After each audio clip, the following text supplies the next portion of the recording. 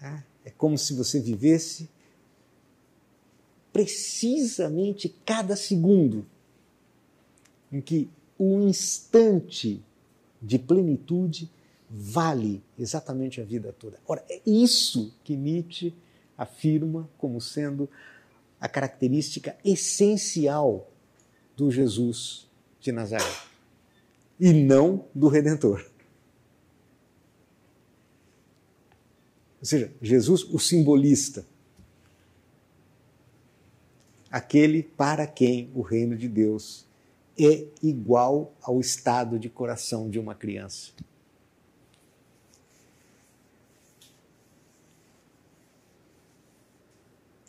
Pois não, por favor.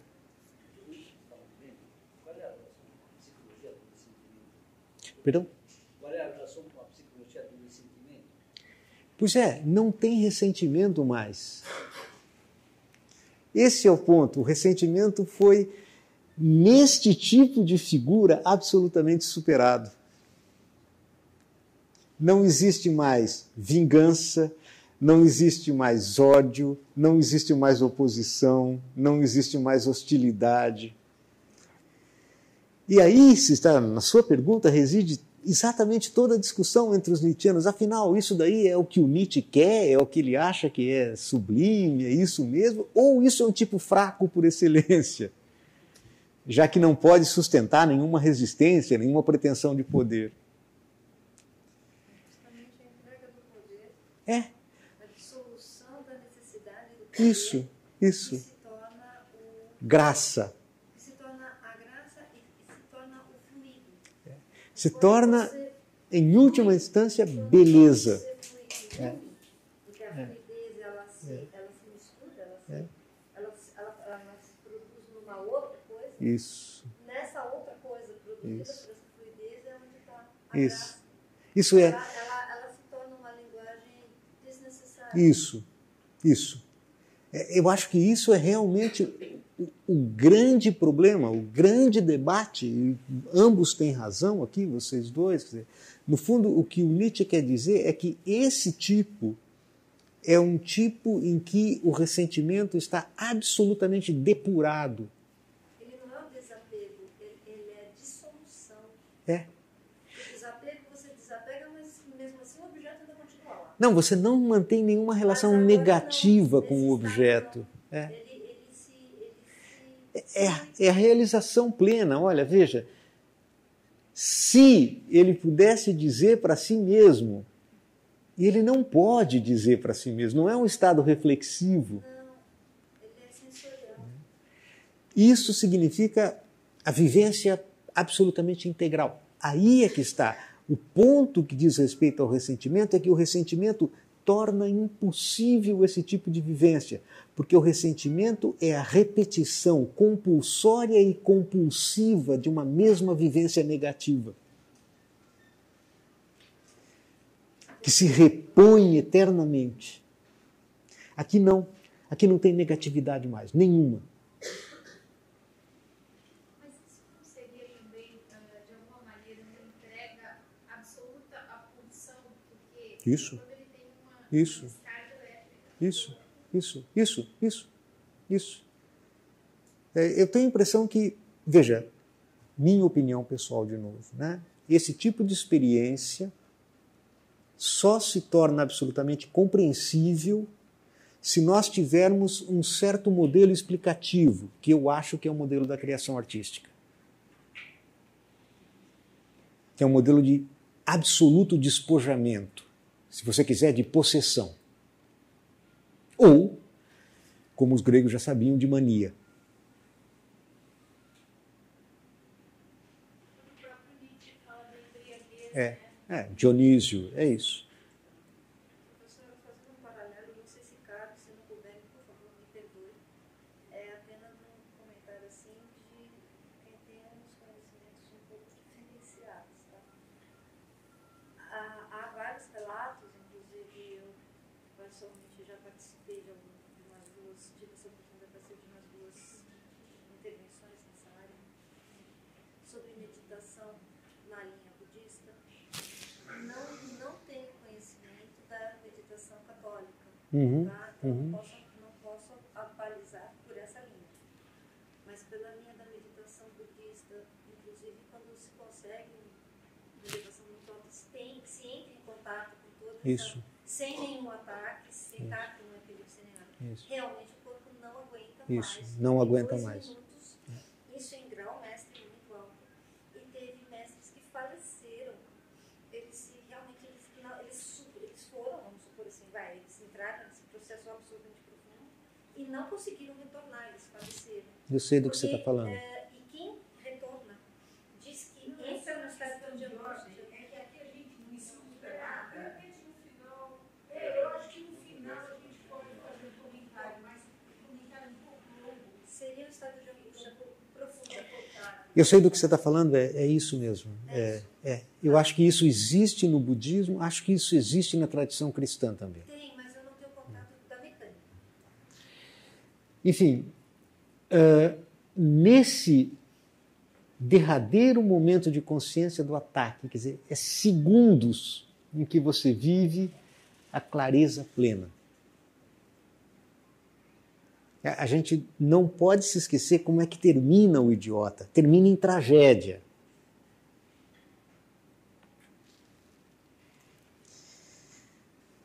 A mente, o coração foram iluminados por uma luz extraordinária. Todas as inquietações, todas as suas dúvidas, todas as aflições parecem apaziguadas de uma vez, redundaram em alguma paz superior, plena de uma alegria serena, harmoniosa e de esperança, plena de razão e de causa definitiva. Veja, essa descrição, né, de que há uma espécie de luz, né, de luz total. Aquilo que se chama de aura, propriamente.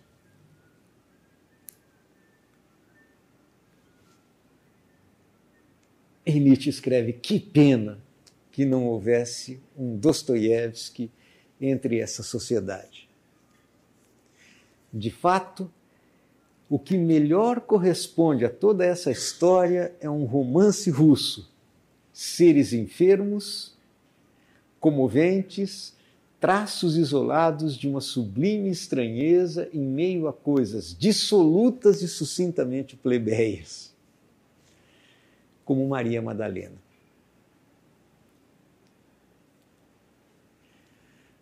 É incrível a sutileza, a fineza, né? Como é que se pode pensar isso como algo ofensivo, uma calúnia ou qualquer coisa assim? Vocês notam, né, no romance russo, são prostitutas também, o tempo todo. Romance russo que ele está falando aqui é Dostoiévski, em última essência.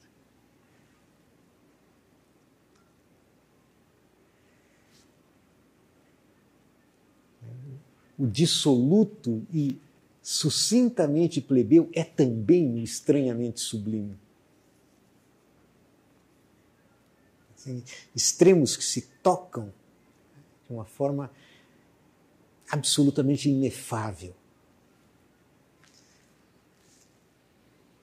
Conheço apenas um psicólogo que viveu num mundo em que o cristianismo é possível. Eu coloco aqui Christentum, né? No primeiro sentido.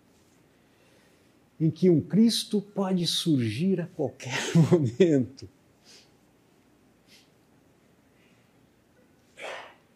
E este é Dostoiévski. Ele adivinhou o Cristo e instintivamente permaneceu protegido, sobretudo, de apresentar esse tipo com a vulgaridade de um Renan. O Renan é uma espécie de macaco em termos de psicologia. Um elefante em loja de porcelana. Precisaria de tato, realmente precisaria de doença. E não um francês saudável. Precisaria de um doente russo para poder perceber o que existe de sublime nesse mundo. E em Paris se crê que Renan sofre de excesso de finesse. Mas se pode errar de maneira mais lamentável quando de Cristo, que era idiota, se faz um gênio? Quando de Cristo, que representa o contrário de um sentimento heróico, se inventa um herói? Quer dizer, como é possível errar tudo?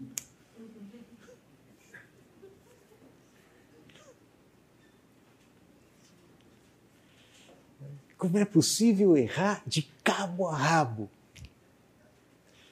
com a melhor das aparências científicas?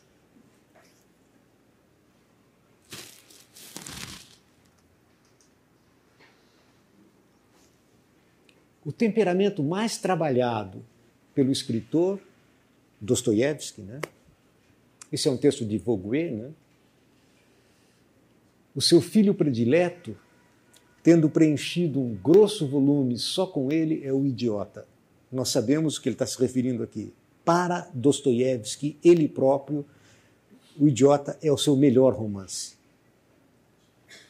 A gente sabe sob que condições Dostoiévski sempre escreveu, né? Crivado por dívidas, escrevendo sob a pressão, né, das notas promissórias. E de que maneira ele nunca pôde, de fato, burilar realmente um texto. Os Demônios é um grande esboço. E ele considerava o Idiota realmente o seu filho predileto, o seu grande texto. Primeiramente, o Idiota é epilético. Suas crises fornecem um desenlace imprevisto a todas as cenas de emoção. O romancista se enche de alegria em descrevê-los, ele nos assegura que um êxtase infinito inunda todo o ser durante os poucos segundos que precedem o ataque. Dostoiévski se propôs, desde o início, em transportar para a vida contemporânea o tipo de um Dom Quixote. Porém, mais ainda, arrastado por sua criação, ele visa algo mais elevado, retirando da alma, para o seu próprio espanto, os traços mais sublimes do Evangelho.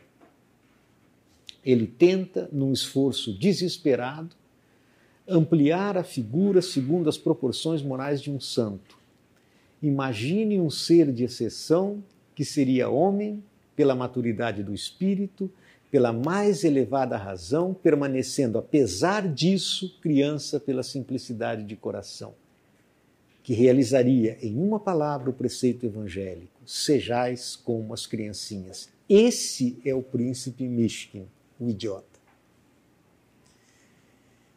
Essa é realmente uma análise com a qual eu concordo ipsis verbis. E acho que ela é mais ou menos contemporânea da análise de Nietzsche, embora Nietzsche tenha visto isso de maneira genial um pouquinho antes, um pouco tempo antes.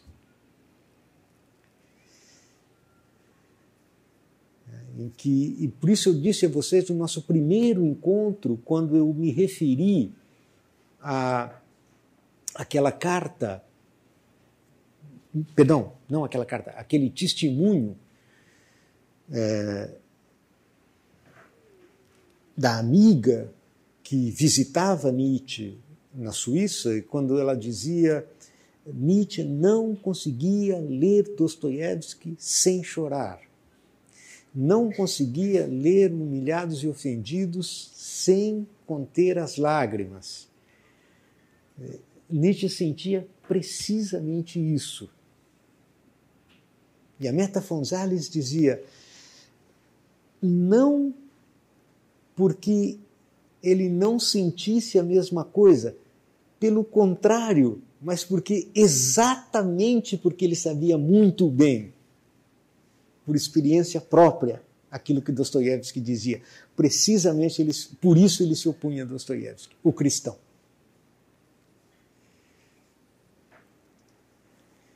Portanto, as águas são realmente muito profundas aqui.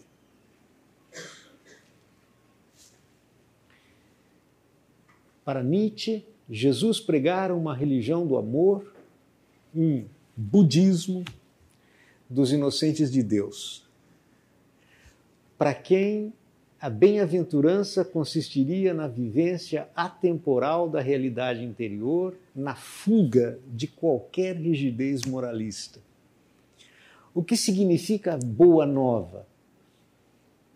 A vida verdadeira, a vida eterna foi encontrada. Ela não é prometida, ela está aqui, está dentro de vós. Como vida no amor sem subtração, nem exclusão, nem distância. O senhor entende agora o que significa a superação do ressentimento? Isso é o anticristo. Por isso, no começo do nosso encontro de hoje, eu fiz questão de citar aquela passagem: somente nós, os espíritos livres, é que realmente compreendemos o que é que significa isso.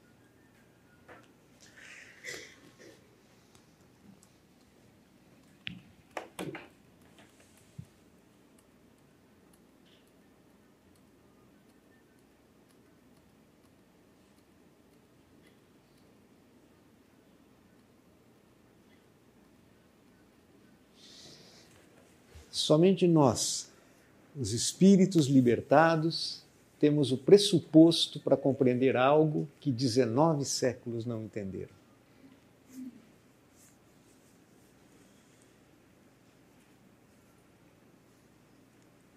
Tudo se passa, portanto, como se Nietzsche estivesse dizendo: é só o anticristo, nesse sentido, que compreende o essencial do que significa o Evangelho. Porque toda a história da igreja é a história do ressentimento. É a história do espírito de vingança. É a história da culpa.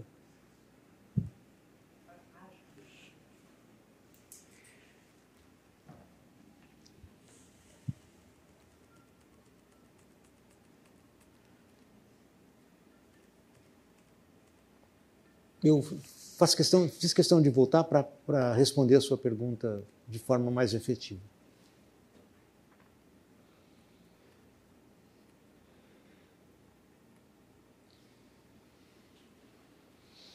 Então,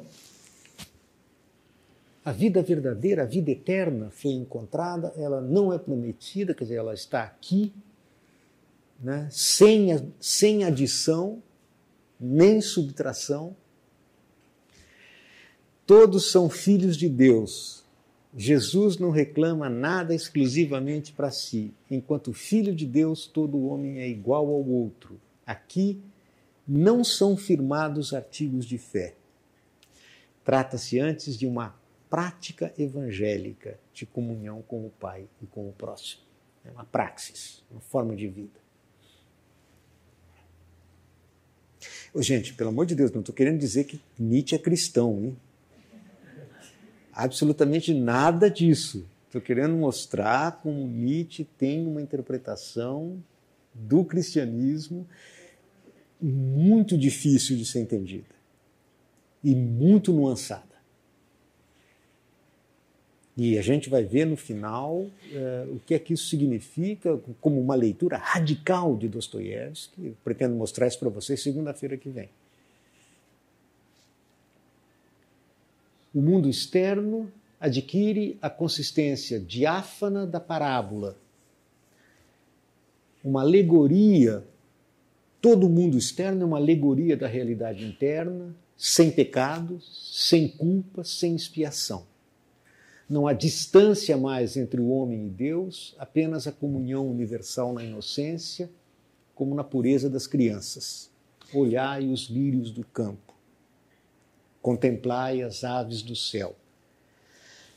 A vida, a mensagem e a morte do Redentor não eram para Nietzsche senão essa prática. Nenhuma fórmula, nenhum rito, nenhuma cerimônia. O reino de Deus é um estado do coração, não algo situado acima da terra ou a que se chegue depois da morte. A hora, o tempo, a vida física e suas crises não existem em absoluto para o mestre da Boa Nova. O reino de Deus não é algo que se aguarde, não tem um ontem, nem um além de amanhã, não chega dentro de 1000 anos, é uma experiência em um coração.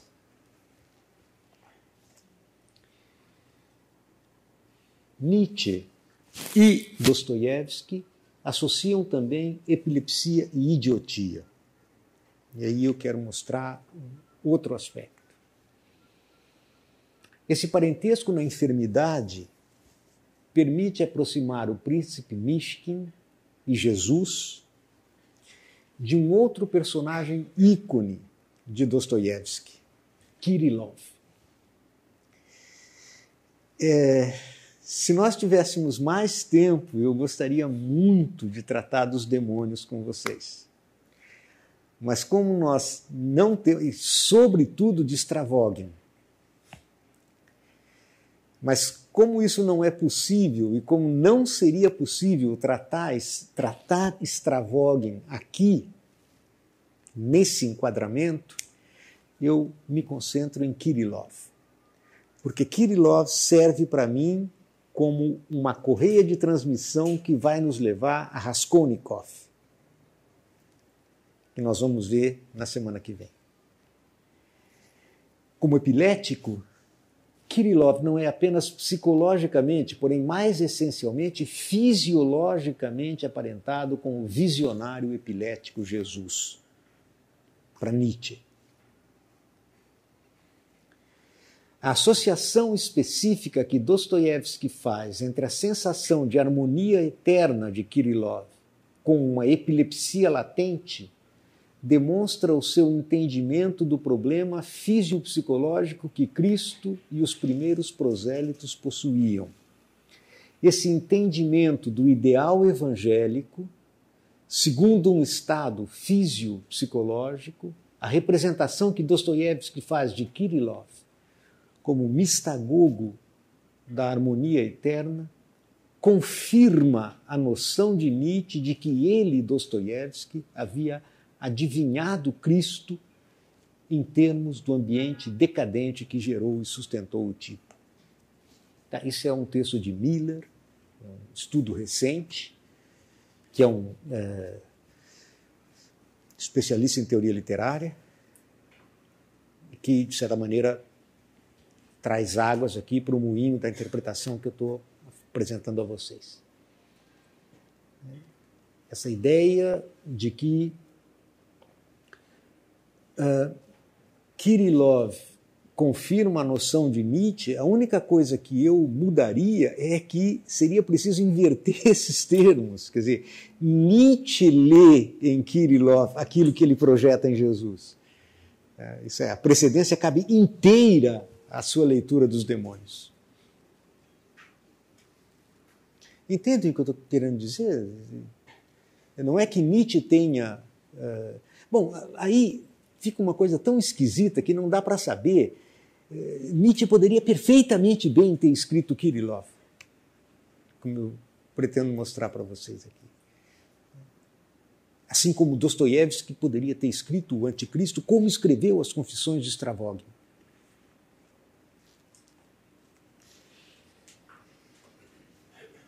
Uma passagem dos demônios: se Deus não existe, eu sou Deus. Se Deus existe, toda vontade lhe pertence, e fora dessa vontade eu nada posso. Se ele não existe, toda vontade me pertence, e devo proclamar a minha própria vontade, porque é a mim, doravante, que toda vontade pertence. Será possível que não haja ninguém no planeta inteiro que, após matar a Deus, acreditando na sua própria vontade, atreva-se a proclamar essa vontade na sua forma suprema? Eu estava dizendo que Nietzsche poderia ter escrito Kirillov, assim como Dostoiévski poderia ter escrito o Anticristo. Fica muito difícil saber aqui qual é essa zona cinzenta, né? Porque, de fato, estão pensando a mesma coisa. Se nós matamos Deus, será possível que uma vez tendo matado Deus, nós não nos tornemos por isso mesmo Deus?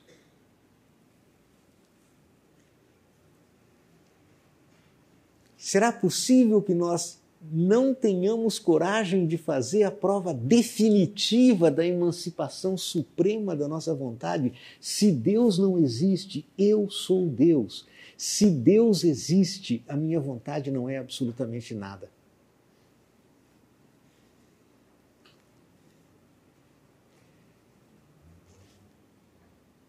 É como um pobre que herdasse uma fortuna e tremesse sem coragem de se aproximar do saco de dinheiro, considerando-se muito fraco para tal façanha.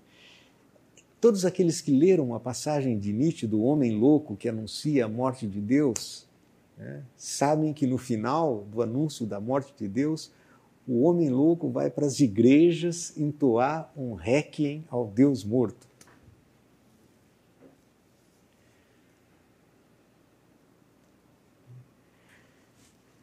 Ou seja, é como se a gente tivesse roubado ou herdado uma enorme fortuna, mas não tivéssemos coragem para apanhar a nossa herança. Como diz o Nietzsche, será que nós estamos à altura do nosso próprio feito? Será que a morte de Deus, que é o nosso próprio feito, não é algo grande demais para nós? Quero proclamar a minha própria vontade, mesmo que seja o único, hei de fazê-lo. Tenho que meter uma bala na cabeça, porque o suicídio é a manifestação suprema da vontade. Sem nenhuma razão, simplesmente a fim de proclamar a vontade, eu sou o único. Quer dizer, muitas pessoas se suicidam, mas não por isso.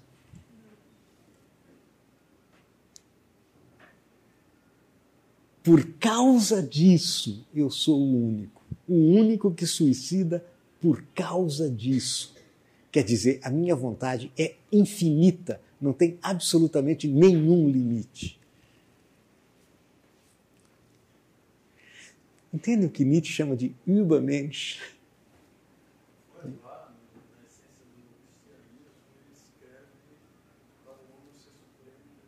Isso. A única forma de você... Esse é Kirillov, né? Aquele homem que foi devorado por uma ideia. Essa ideia é: se Deus não existe, absolutamente tudo é permitido. E, portanto, a única forma à altura de afirmar essa liberdade infinita é dar um tiro na cabeça.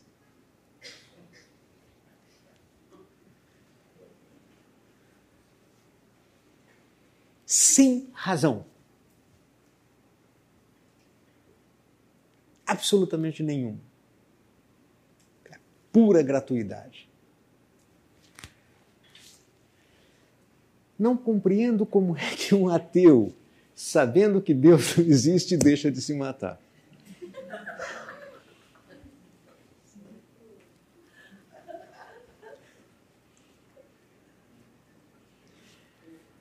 Reconhecer a inexistência de Deus e, ao mesmo tempo, não se compenetrar da própria divindade é estupidez.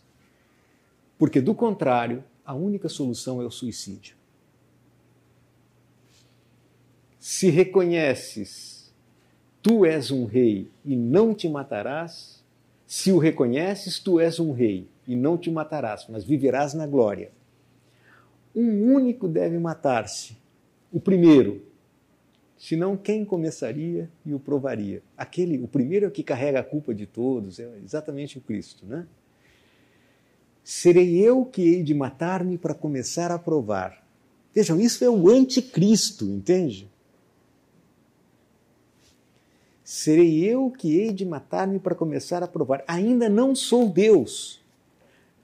Percebe? Aqui tem ressentimento ainda. Ainda não sou Deus, senão malgrado meu.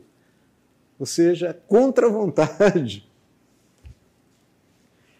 Sinto-me infeliz porque sou obrigado a me matar. É uma obrigação moral. Todos os homens são infelizes porque têm medo de proclamar a própria vontade. O homem até agora sempre foi pobre e infeliz porque temia realizar a forma suprema de sua vontade e só usava de sua vontade infantilmente, como um menino de escola. Durante 3 anos, procurei o atributo da minha divindade e o encontrei. O atributo da minha divindade é o meu livre-arbítrio. Ele é tudo, e por seu intermédio posso manifestar na sua forma suprema a minha insubordinação e a minha nova liberdade, minha terrível liberdade, porque ela é terrível. Mato-me, pois, a fim de provar essa minha insubordinação e essa minha nova liberdade.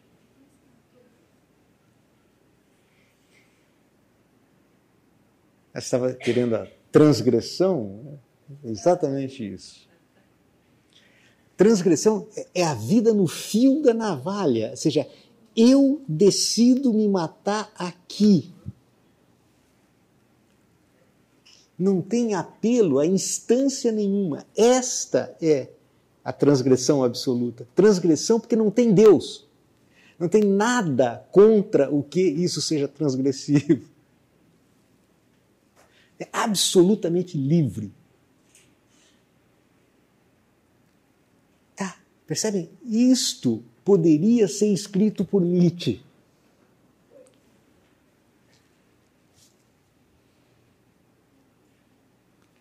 Para concluir, eu vou ter que sair correndo, gente. Hoje, lamento, mas eu vou ter que fazer uma viagem ainda hoje. Eu queria concluir com as 2 epígrafes dos demônios. A primeira é Pushkin. E nessas trevas, Senhor, ora nos vemos perdidos. Dizei, Senhor, que faremos? Fugiu da frente o caminho, despertos são os demônios, que para cá nos arrastam. E confundidos nos trazem com seu poder diabólico, vagueando pela borrasca, pela neve e pela noite. Quantos vejo? E onde irão? Aonde irão? Talvez enterrem um gnomo, talvez seus cantos celebrem as bodas de alguma bruxa. Isso é a epígrafe dos demônios. A primeira. A segunda é, ora, andava ali pastando no monte uma manada de porcos, e lhe rogavam que lhes permitisse entrar neles, e Jesus lhe o permitiu.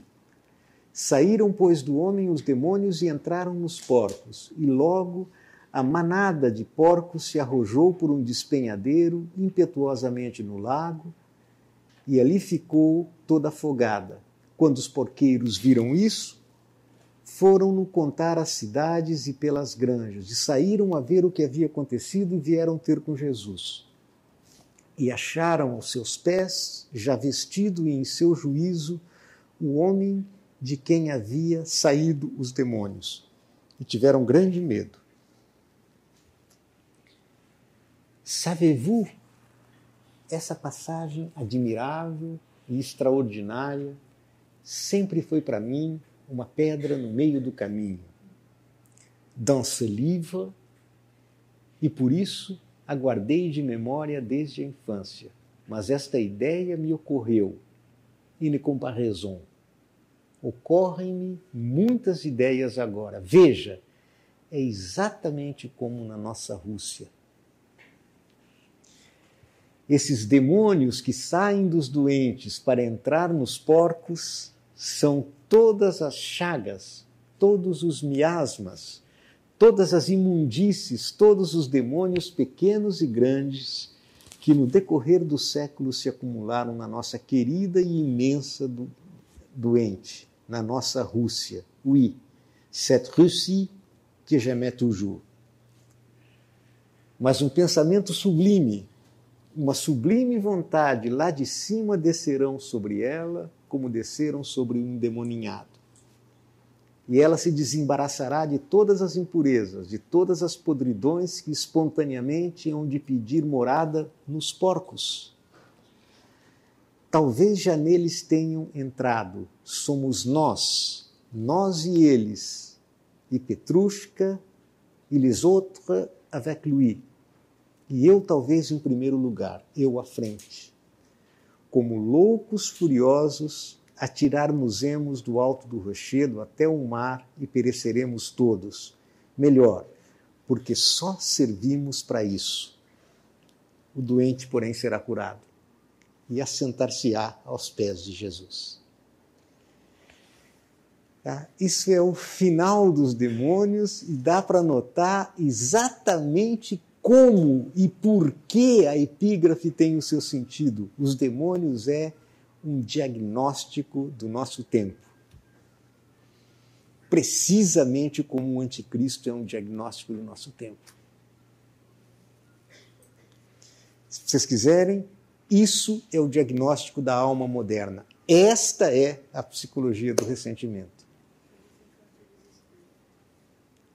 Isso significa dizer que o mundo moderno está doente, está possuído de miasmas, de demônios.